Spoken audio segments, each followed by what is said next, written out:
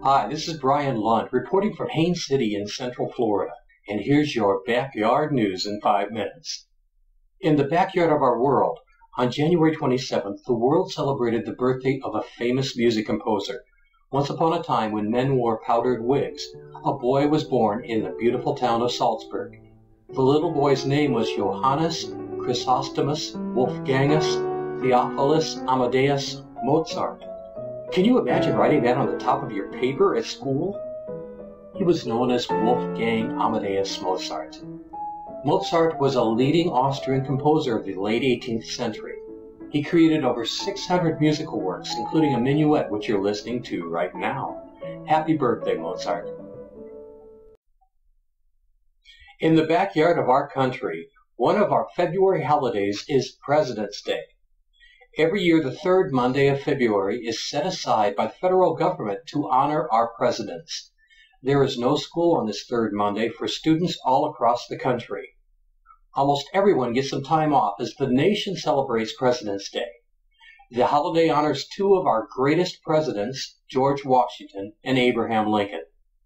The celebration officially started in 1880, when Washington's birthday, February 22nd, became an official holiday in Washington, D.C. It became a national holiday in 1885. In 1971, Congress officially moved the holiday to the Monday closest to Washington's actual birthday. In the 1980s, the holiday became a celebration of the birthdays of Washington and Lincoln, born February 12th. In January, a 12-year-old received a prize of $2,500. And had the honor of ringing the closing bell at the stock exchange on January 11th. The prize was for the winning idea in a national contest, how to teach kids about investing money. 12-year-old Fabian Fernandez Hahn came up with an idea for an iPhone or iPod application he called Oinkosaurus. Oinkosaurus would gather information about people's interests and spending habits by tracking what they browsed online or bought in stores. Like an imaginary piggy bank, Oinkosaurus would then show how much money a user might have earned by saving and or investing the money instead of spending it. Fabian explained why his idea is important. Many kids spend huge amounts of money on things they don't need when they should be saving and investing for their future, such as college. He thinks that if kids knew more about money and how to save and invest it, they might make better choices. In backyard sports, our featured event is the triathlon. Our featured athlete is Callan. The triathlon is a race against the clock and your fellow competitors. It consists of 3 sports, swimming, biking, and running. He did his first triathlon at the age of 10 at the prompting of his grade 5 teacher, Mr. Bill Vermeersch, who was participating in triathlons himself at the time. Callan's first race proved to be successful as he won his age group. From that day on, he was hooked. Callan says that you can start at any age, as there are many different age categories and distances. He says, give it a try. You won't regret it.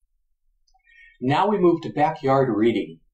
In 1954, Life magazine ran an article about children's literacy, or the ability to read. It said that not enough kids were learning how to read.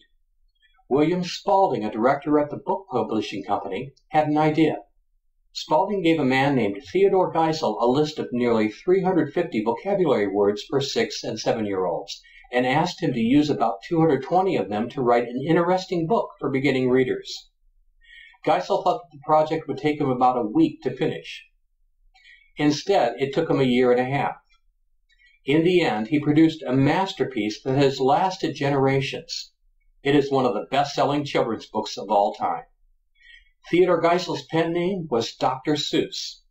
The book's company says that more than 10 million copies of the book, The Cat in the Hat, have been sold since it was first printed. Hundreds of thousands of copies are still sold every year. In 2003, the story was turned into a movie starring Mike Myers.